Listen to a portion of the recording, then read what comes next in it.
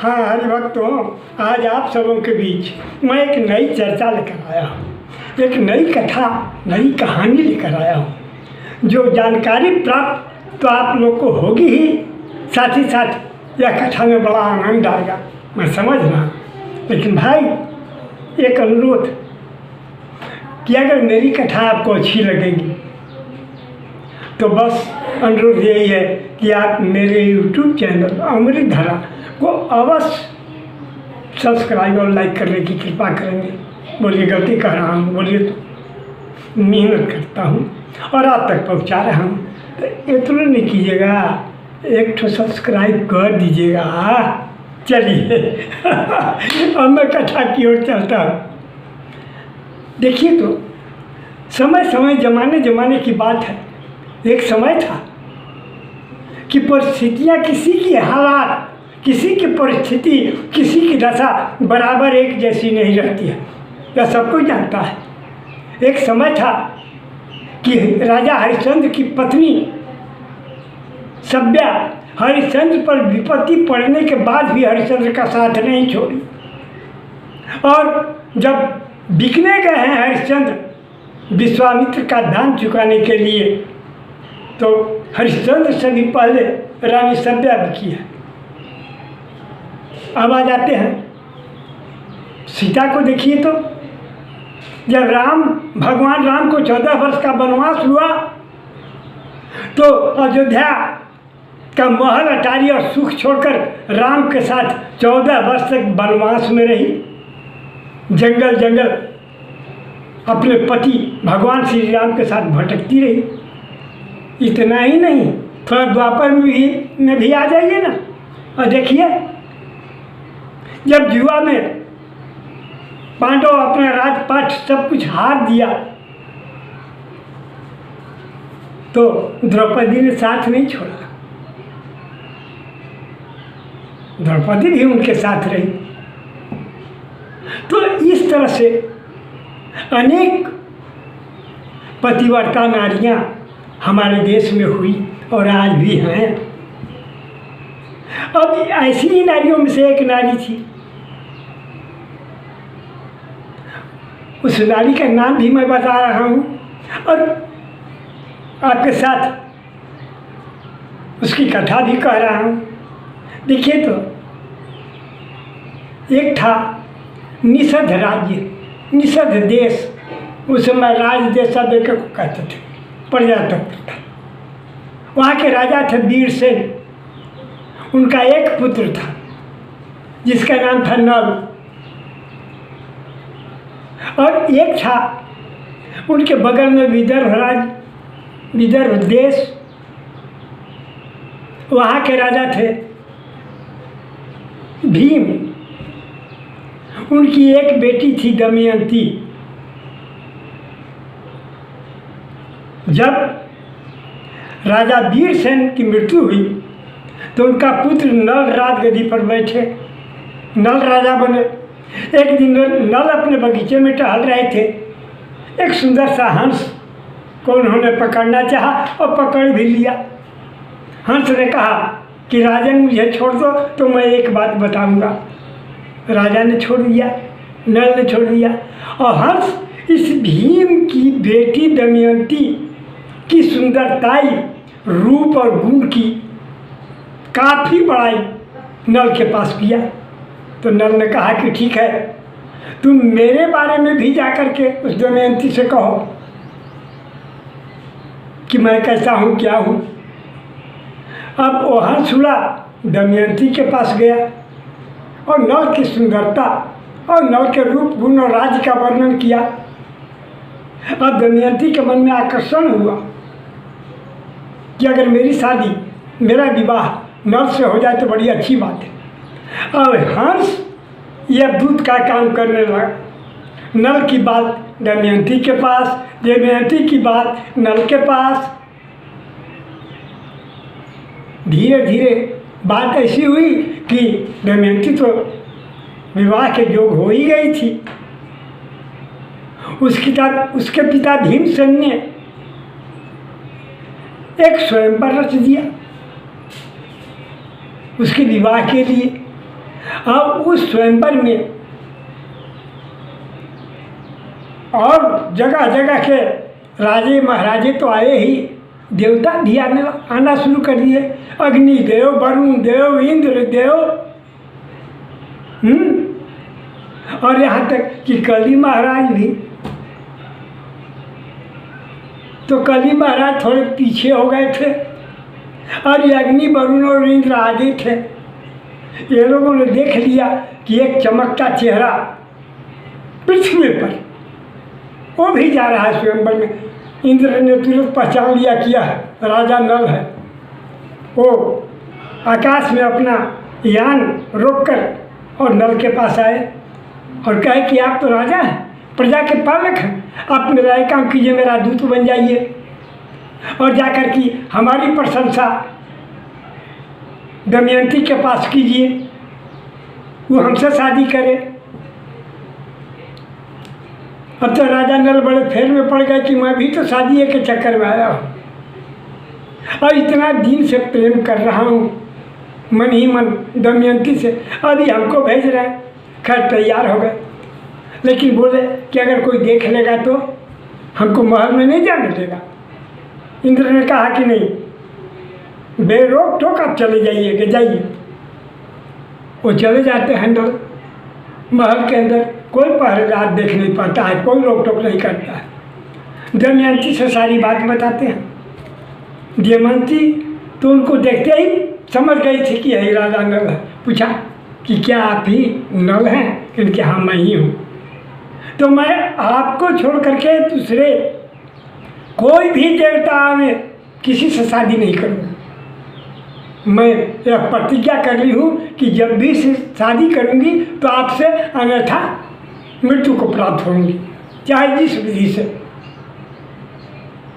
अब कहो, स्वयंवर हुआ, सब अपने अपने स्थान पर बैठे। दमयंती वरमाला लेकर निकली और राजा नल के गले में डाल दिया। जब डाल दिया तो इंद्र को, वरुण को वहाँ यह दिमाग आया कि नहीं, इस दमयंती के योग यही वर नल ही है।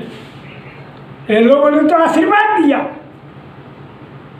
लेकिन जो कली महाराज थे कहें कि अच्छा अब देखो तुम लोग दोनों शादी किए हो ना, अब मेरा प्रभाव देखो कि मैं अब क्या करता हूँ। कली महाराज इसके दिमाग में, राजा नल के दिमाग में अपना असर डाला और उधर एक पुष्कर थे दूसरे राजा, उनके दिमाग में अब पुष्कर आता है और कहता है कि तुम मुझसे जुआ खेलो नल से, और नल भी तैयार हो जाते हैं जुआ खेलने के लिए। और स्थिति ऐसी हो जाती है कि कली की मदद से पासा ऐसा पड़ रहा है कि नल अपना राजपाट, धन दौलत, सारा चीज़ हार जाते हैं, सब पुष्कर की हो जाती है। और तब पुष्कर कहता है कि राज से बाहर निकल जाओ, और ढिढोरा पिटवा देता है कि अगर कोई राजा नल को एक लोटा एक गिलास पानी भी देगा या भोजन देगा, उसे फांसी चढ़ा दूंगा।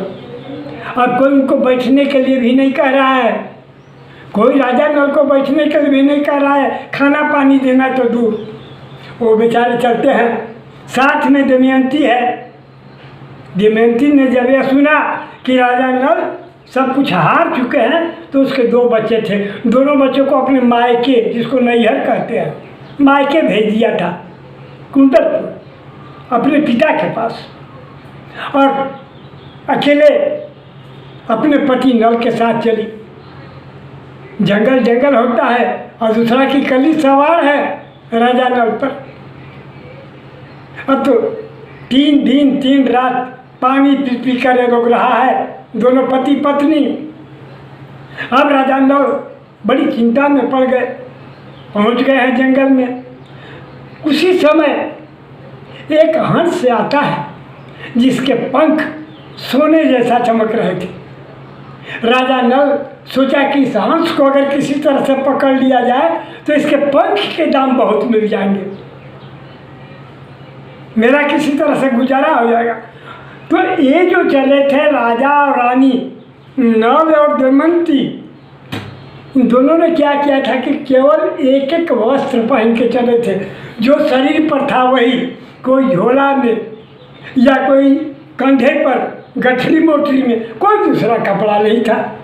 अब राजा नल क्या करते हैं कि वो हंस को पकड़ने के लिए अपनी धोती खोलकर हंस पर फेंक देते हैं, अपना वस्त्र खोलकर। और हंस क्या करता है कि इनका वस्त्र लिए भाग जाता है, नंगे हो गए। चलिए, हंस तो पकाया नहीं, हो गए अपने नंगे। ये देखिए कलिकाल का, कली देवता का प्रभाव।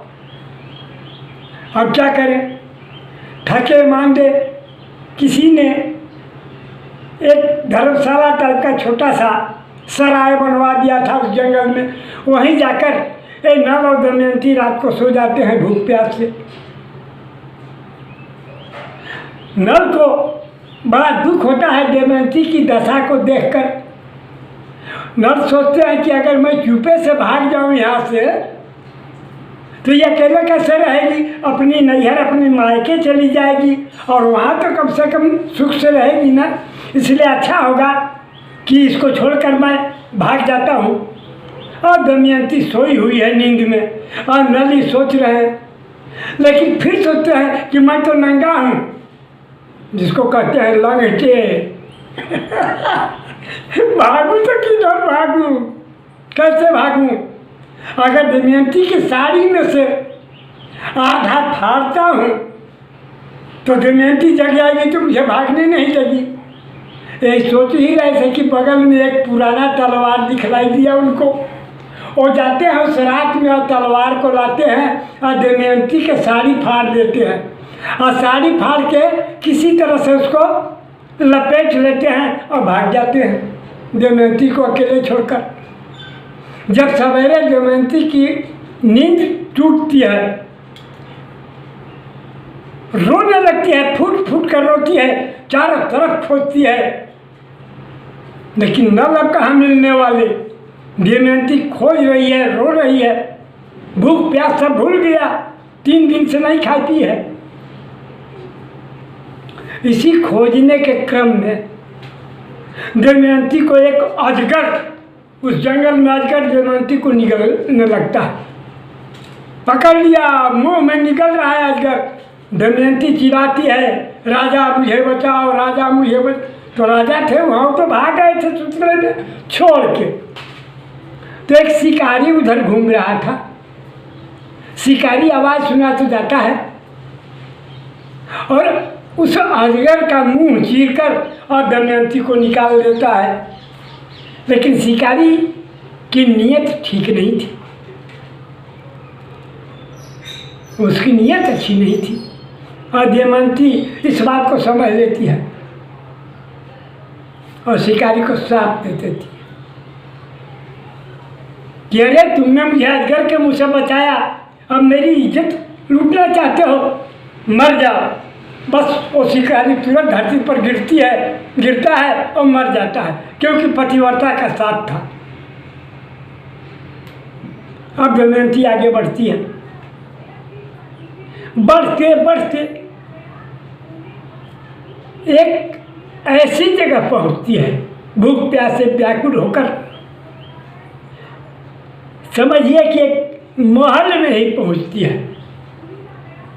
वो भी जंगल से निकल नहीं पाती, व्यापारियों का साथ पकड़ी है कि व्यापारी जिधर हाथी घोड़ा लिए जा रहे हैं पीछे पीछे चल रही थी कि कहीं तो जंगल से बाहर ये लोग निकलेंगे। तो जब बाहर निकलती है तो एक महल में पहुंचती है और वहाँ दासी का काम मांगती है, दाई का। वहाँ की राजमाता उसको दासी का काम देती है, लेकिन इस शर्त रखती है कि मैं किसी ब्राह्मण छोड़ के किसी दूसरे पुरुष से बात नहीं करूँगी, किसी का जूठा नहीं खाऊंगी। इस तरह से जरूरी बातों का शर्त रखती है। राजमाता सब मान जाती है और अपनी बेटी सुनंदा को बुलाकर कहती है कि सुनंदा सुनो, ये तुम्हारी बहन जैसी है, अब तुम इसी के साथ खेलो रहो, ये तुम्हारी बहन है। दासी इससे मत समझना, और वहीं रहने लगती है। ये दमयंती। राजा का हाल देखिए, वो फटा पुराना पहनकर राजा चलते हैं और जंगल में भटक रहे हैं। एक जगह जंगल में आग लगी हुई थी और करकोट नाम का बहुत बड़ा सर्प उसमें जल रहा था। राजा ने करकोट को बचा लिया, आग से बाहर निकाल दिया, और सर्प जब बाहर निकला तो राजा नल को ही डस दिया। लीजिए, राजा नल को काट दिया, इनके शरीर में विष दे दिया। अब आप कहेंगे ना कि वही जिसकी करो भलाई वही करे बुराई। इन्होंने सांप को निकाला, उसने उतने बड़े सर्प को, और सर्प इनको डस दिया। लेकिन दोस्तों, सर्प बहुत सोच समझ के इनको डसा था, अपना जहर इनके शरीर में उतारा था।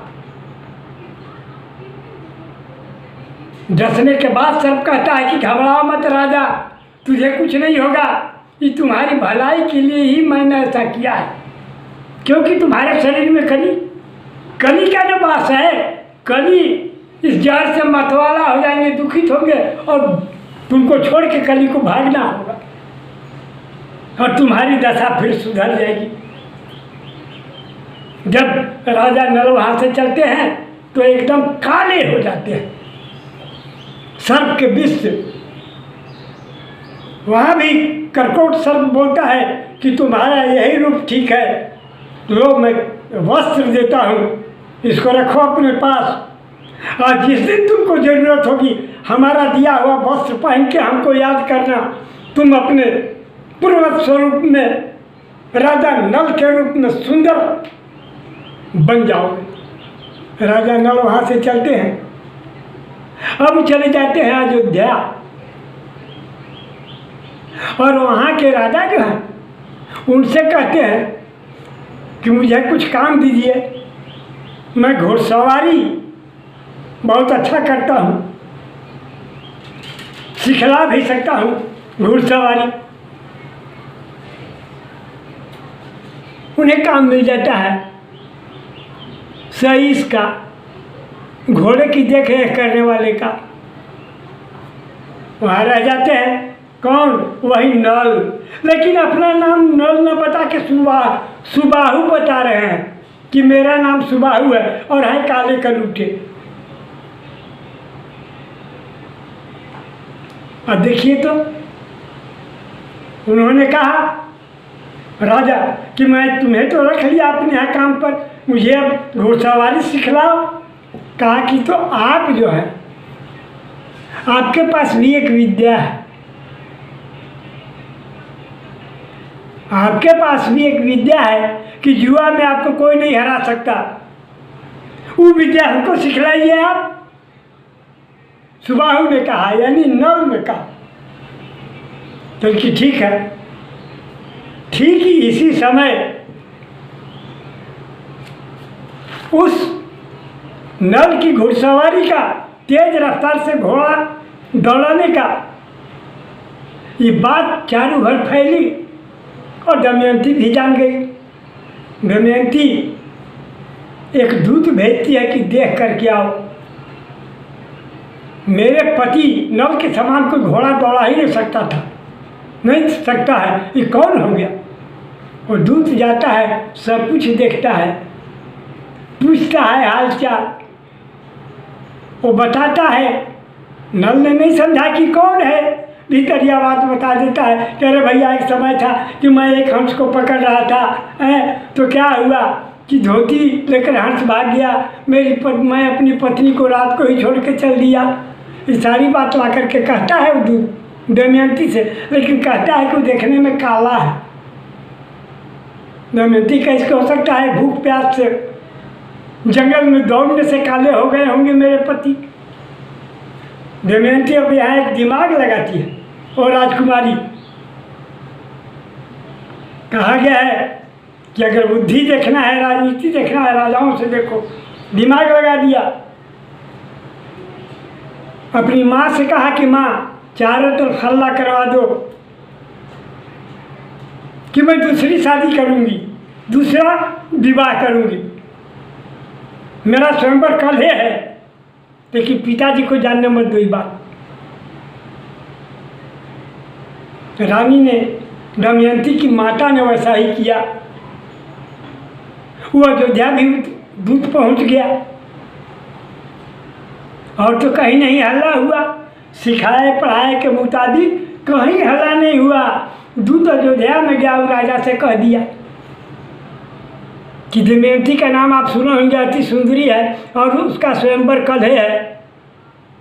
अब अगर आप जाना चाहिए तो जाइए। अब वो क्या करता है वो राजा कि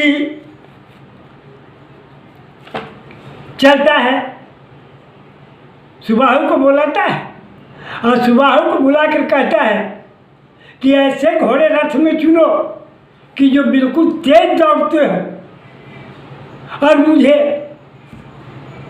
जो है सो निषद देश में पहुंचना है।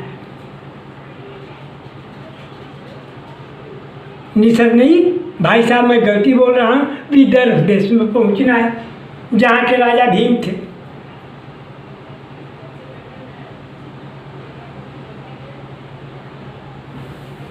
बड़ा गड़बड़ हो रहा है। अब देखिए तो कि कहती है कि विदर्भ देश में पहुंचना है जहाँ मैं रहती हूँ। विदर्भ कैसे पहुंच गई? जानते हैं, जिसके यहाँ ये दासी रही थी, बात खुलते खुलते खुल गई कि यह दासी नहीं, राजमाता ने जान लिया कि यह मेरी बहन की बेटी है। और तब इसको विदर्भ ने राजा भीम के पास भेजी है। और जब भीम के पास ही जाती है तो कहती है कि माँ, मेरे पिता से मत कहो और कल ऐसा खबर भेजवाओ कि मेरा स्वयंवर है। माँ ने पूछा, बेटी कहाँ कहाँ खबर भेजवाऊँ? कहा कि बस एक जगह, वही अयोध्या भेजवाओ। अयोध्या में दूत जाता है और राजा से कहता है कि कल दमयंती का स्वयंवर है। सुबाहु सुनता तो है इस बात को, लेकिन विश्वास नहीं होता कि मेरी पत्नी ऐसा करेगी कि मुझसे बिछुड़कर और फिर अपनी शादी करेगी। राजा कहता है, सुबाहु तेज घोड़ों को चुनो और कल ही पहुंचना है, जल्दी दौड़ाओ, विदर्भ देश चलना है। अब उस राजा के साथ राजा को घोड़े पर बैठाकर और सुबाहु चलता है तेज गति से और रास्ते में ही राजा से सीख लेता है वो जुआ वाला चाल कि पासा कैसे पलटी खाता है कि दूसरे की हार हो जाती है। लेकिन जब वो पहुंचता है तो वहाँ देखता है कि स्वयंवर की कोई तैयारी नहीं है भीमसेन के यहाँ। राजा भीम इस अयोध्या के राजा की खूब इज्जत करते हैं, लेकिन स्वयंवर की बात न तो जान रहे न कुछ, उससे तो छिपाई गई थी बात। अब ये अयोध्या के राजा भी जो है ऋतुवर्ण, ये भी नहीं कह रहे हैं कि स्वयंवर सुन के हम आए हैं। एक समय ऐसा आता है कि भीम की बेटी दमयंती माँ से कहती है कि माँ, वो जो सुबाहु है अश्व हाँकने वाला, उसको महल में बुलाओ। हमको पूरा संदेह है कि सुबाहु नहीं, हमारे पति नल है। राजमाता बुलाती है वो महल के अंदर आते हैं और सारी कहानी कह देते हैं कि ऐसी ऐसी बात भी थी। लेकिन अब दिन पलट रहे हैं, समय परिस्थिति पलट रही है, इसलिए कली भी हमारे ऊपर से भाग गया और वही करकोट सर्प का दिया हुआ वस्त्र पहनते हैं और बिल्कुल पहले जैसा राजा नल सुंदर हो जाते हैं। अब नल दमयंती दोनों जाते हैं भीम के पास, दमयंती अपने पिता के पास, नल अपने ससुर के पास चरण वंदना करते हैं। भीम बहुत खुश होते हैं विदर्भ के राजा और बहुत सा धन दौलत देकर, हाथी घोड़े देकर और भेजते हैं। किसको भेजते हैं? बेटी को नहीं, सिर्फ दामाद को। कहाँ भेजते हैं? तो निषद देश में, जहाँ के वो राजा थे। और वहाँ पहुँचते हैं नल, और जो पुष्कर जिसने इनको जुआ में हराया था उसको कहते हैं कि अब मेरे साथ जुआ खेलो, क्योंकि ये तो सीख चुके थे, ऋतुवर्ण से अयोध्या के राजा थे। कहीं कि अब मेरे साथ जुआ खेलो और नहीं तो युद्ध करने के लिए तैयार हो जाओ। ऋतुवर्ण समझ लेता है कि अगर अब मैं जुआ खेलूंगा तो अपना राज भी जाएगा, यह राज तो छोड़ना ही पड़ेगा। लेकिन फिर भी इनके कहने पर जुआ खेला और सब हार गया। नल का जो राज था सब पुष्कर को वापस करना पड़ा। नल ने कहा मैं तुम्हारा अपमान नहीं करता हूँ, कुछ दिन रहो और फिर अपने राज्य में चले जाओ। वहाँ पुष्कर कुछ दिन रहा और उसके बाद अपने राज्य में चला गया। उसके बाद भीम अपनी बेटी और दोनों पोतों को विदा किए, बहुत से धन दौलत दे करके, और वो लोग भी इस निषद राज में आ गए। और उसके बाद राजा नल और दमयंती दोनों शांतिपूर्वक रहने लगे। प्रजा सुखी हुई। राजा का जो पहले का स्वभाव था वही रहा, प्रजा पालक बने रहे, प्रतापी बने रहे। तो हरिभक्तों देखिए, लोग विपत्ति पड़ने से घबरा जाते हैं। अब क्या करूँ, कहाँ जाऊँ, कैसे? नहीं, सवाए दिन होत न एक समाना। हर समय सबों की परिस्थिति एक समान नहीं होती है।